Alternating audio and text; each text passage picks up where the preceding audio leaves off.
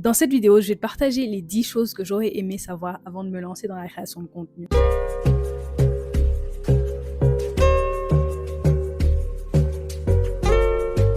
Coucou tout le monde, j'espère que vous allez bien et bienvenue sur ma chaîne. Si c'est la première fois que tu tombes sur une de mes vidéos, je me présente, moi c'est Maggie. Je suis créatrice de contenu depuis 2017. Je suis présente sur tous les réseaux, principalement Instagram, TikTok et YouTube.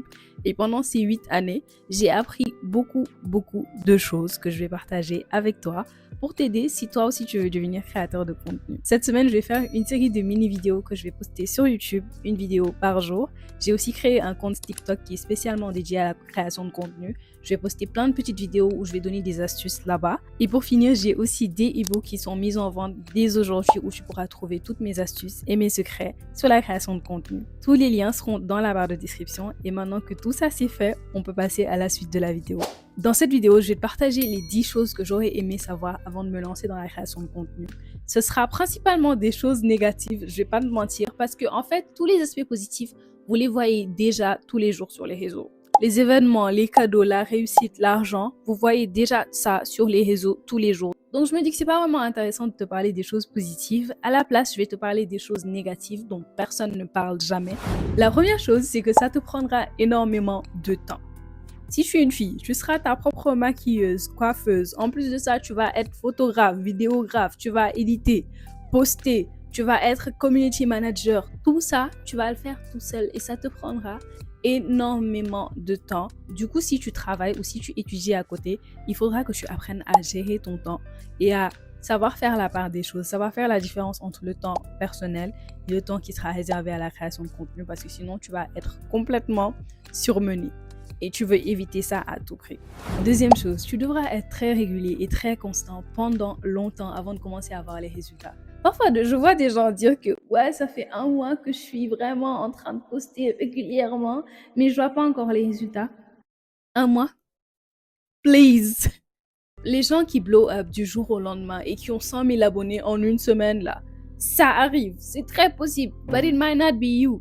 Ça n'arrive pas à tout le monde. Personnellement, c'est pas comme ça que ça s'est passé pour moi. La plupart des influenceurs que tu vois aujourd'hui avec des millions d'abonnés, ça fait des années qu'ils sont sur les réseaux, ça fait des années qu'ils travaillent dur et c'est pour ça qu'ils arrivent aujourd'hui à avoir les résultats en fait de ce travail. Donc prépare-toi en conséquence et ne te décourage pas au bout d'un mois parce que tu ne vois pas de résultats. Troisième chose, tu devras dépenser énormément avant de commencer à avoir un retour sur investissement. Et ça, je pense que les gens ne se rendent pas compte, mais je vous jure, je ne pourrais pas vous dire tout l'argent que j'ai dépensé sur les réseaux. Et jusqu'à présent, je continue de dépenser sans forcément avoir un retour sur investissement immédiat. Tu vas acheter du matériel, appareil photo, peut-être téléphone, trépied, lumière, etc. Tu vas aussi acheter, surtout si tu es une influenceuse genre beauté, mode, tu vas acheter du maquillage, tu vas acheter des vêtements avant que les gens commencent à t'envoyer ces choses-là gratuitement. Tu n'auras pas forcément besoin de dépenser des centaines de milliers de dollars dès le début, mais il te faudra investir un minimum. Surtout si tu veux offrir de la qualité, il te faudra surtout investir dans le matériel. Les trépieds, lumière, etc., c'est des choses importantes dont tu auras besoin dès le début. Donc prépare-toi à investir, même si c'est un peu d'argent. Quatrième chose, lorsque tu commenceras à avoir un petit peu de succès, les gens essaieront de profiter de toi. Et c'est d'ailleurs pour ça que moi, personnellement, j'évite de me faire des amis sur les réseaux. J'évite de créer des relations avec les personnes que je rencontre sur les réseaux parce que tu peux jamais savoir quelles sont les réelles intentions de certaines personnes. Ça m'est déjà arrivé de me faire des amis qui après sont venus derrière pour me demander des choses et après, je me suis rendu compte que en fait, ces personnes-là, elles sont pas amies avec moi parce qu'elles veulent être amies avec moi, mais parce qu'elles se disent que je pourrais leur apporter quelque chose. Et je me suis rendu compte que c'était pas des amitiés sincères, c'était pas des personnes sincères en fait. Quand tu commenceras à avoir du succès, tu vas voir les gens retourner leur veste comme ça. Ça, c'est vraiment une dinguerie. Les personnes qui te soutenaient pas au début, c'est ces personnes-là qui vont venir essayer de se rapprocher de toi. Les personnes qui, au début, étaient là, genre, à te juger parce que tu te lances sur les réseaux, c'est ces personnes-là qui, plus tard, vont vouloir que tu leur fasses la pub, que tu leur offres des choses, aller avec toi à des événements, des trucs comme ça. Quand tu commenceras à voir les résultats de ton travail, c'est là que tu vas attirer les parasites. Cinquième chose, tu auras du mal à avoir une vie privée. Et je dis pas que c'est impossible d'être sur les réseaux et d'avoir une vie privée en même temps. Mais personnellement, ce que j'ai remarqué, c'est si tu es une personne trop secrète, qui montre pas forcément ta personnalité ou ta vie ou certains aspects de ta vie plutôt, tu auras plus de mal à, disons, ta communauté aura plus de mal à s'identifier à toi. Personnellement, depuis que j'ai commencé à faire mes vlogs sur YouTube, j'ai vu que mes abonnés sont tellement investis dans ma vie, investis dans les choses que je fais. Et ça crée une proximité entre toi et tes abonnés.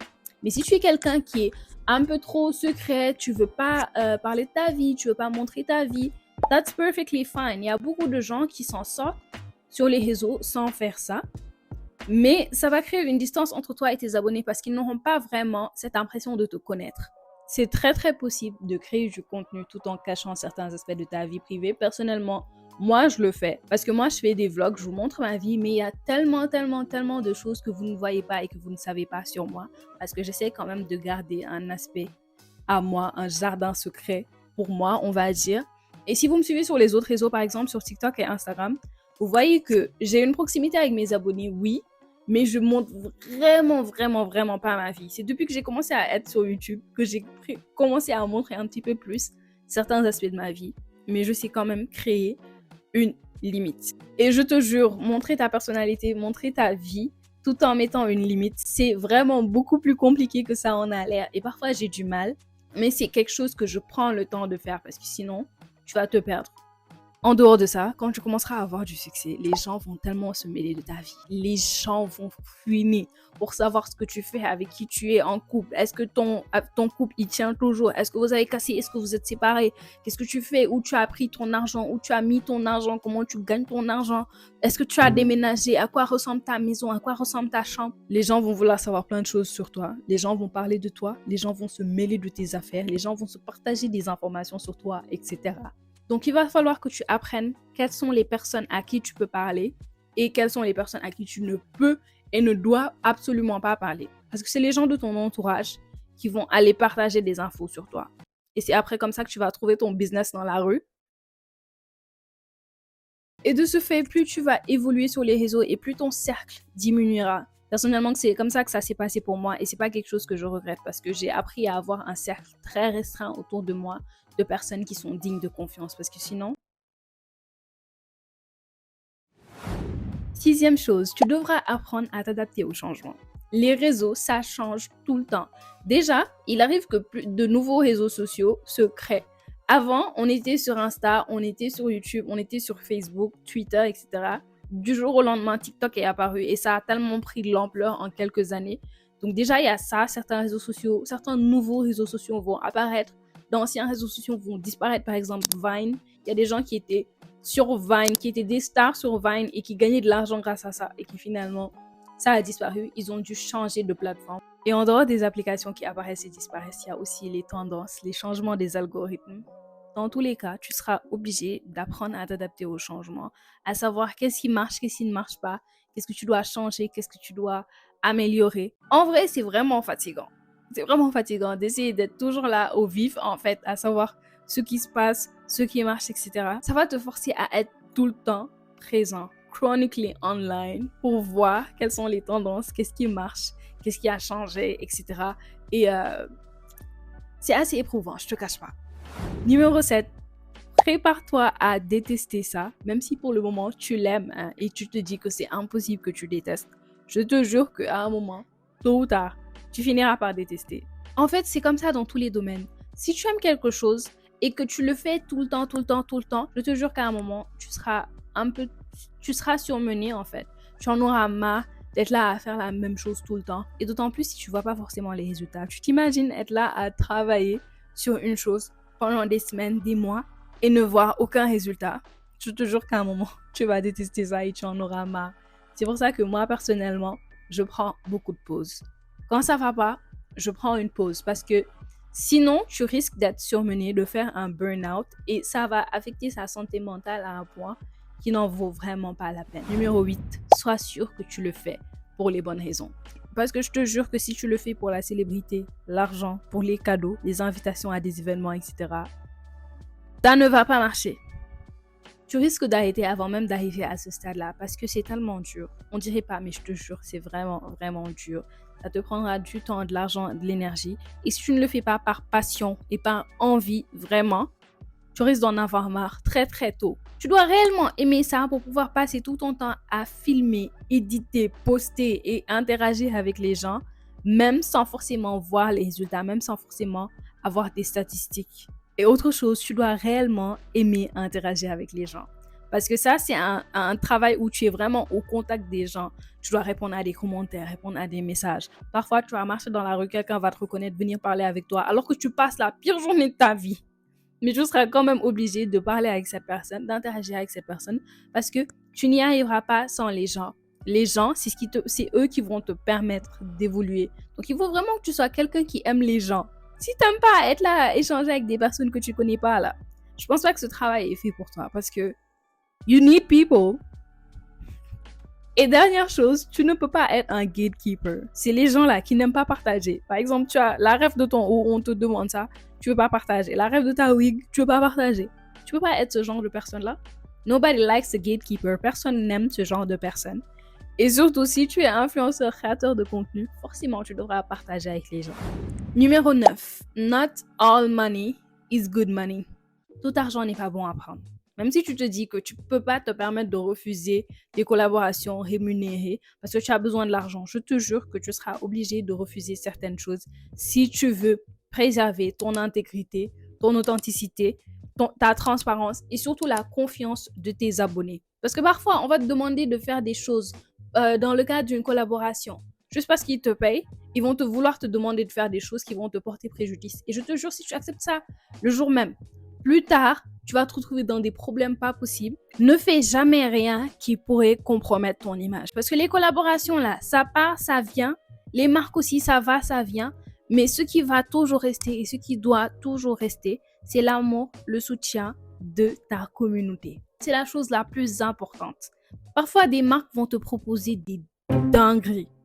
Des dingueries. Ils vont te proposer des grosses sommes pour accepter ces dingueries-là. Mais il faut jamais accepter. Il faut jamais accepter ce genre de choses. Et autre chose, ne mens jamais sur la qualité d'un produit parce qu'on te paye. Parce que toi, on te paye pour faire la pub de ce produit-là. On te donne le produit gratuitement. Mais imagine cette personne-là qui a confiance en toi et qui va aller prendre son argent durement gagné pour aller acheter ce produit juste parce que tu as dit que c'est un produit qui marche, un produit qui est bien. Et au final, le produit ne marche pas ou le produit, c'est n'importe quoi. Cette personne-là aura perdu son argent durement gagné à cause de toi. Cette personne va t'en vouloir. Tu vas aller en enfer pour des bêtises. Faut jamais accepter ça. Et 10e chose, les réseaux auront un impact sur ta santé mentale. Déjà avec les réseaux, on sait que c'est devenu super dur de ne pas se comparer. Genre de voir certaines personnes qui accomplissent des choses, des personnes qui sont plus jeunes que toi. T'es là de dire, ouais, cette personne, elle a 21 ans, elle a ça et ça. Moi, j'ai 25 ans, j'ai pas ça. C'est devenu super dur de ne pas se comparer, mais c'est encore plus compliqué quand tu es sous les projecteurs. Parce que tu vas être là à te dire, elle et moi, on s'est lancé en même temps. Elle a 30 000 abonnés, moi, j'arrive pas à atteindre les 10K. Elle et moi, on est dans la même ville, on a le même nombre d'abonnés. Elle reçoit des collabs, elle reçoit des invitations, moi, je les reçois pas. Ça va devenir hyper compliqué pour toi de ne pas te comparer aux personnes qui créent du contenu comme toi. Mais tu vas devoir apprendre à faire un travail sur toi-même pour éviter ça. Et te dire que c'est pas tout le monde qui a le même parcours en fait. Dieu a écrit un parcours pour cette personne qui est différent du parcours que toi tu as. Ça veut pas dire que cette personne aura plus de succès que toi ou que toi tu n'auras jamais de succès dans ta vie. Il faut que tu apprennes à faire la différence entre une comparaison saine et une comparaison malsaine. Personnellement, je me compare à d'autres personnes dans le sens où je me dis, elle, si elle arrive à faire ça, moi aussi je peux faire ça, tu vois. Si elle arrive à poster tous les jours et voir sa communauté augmenter tous les jours grâce à ça, moi aussi je peux le faire.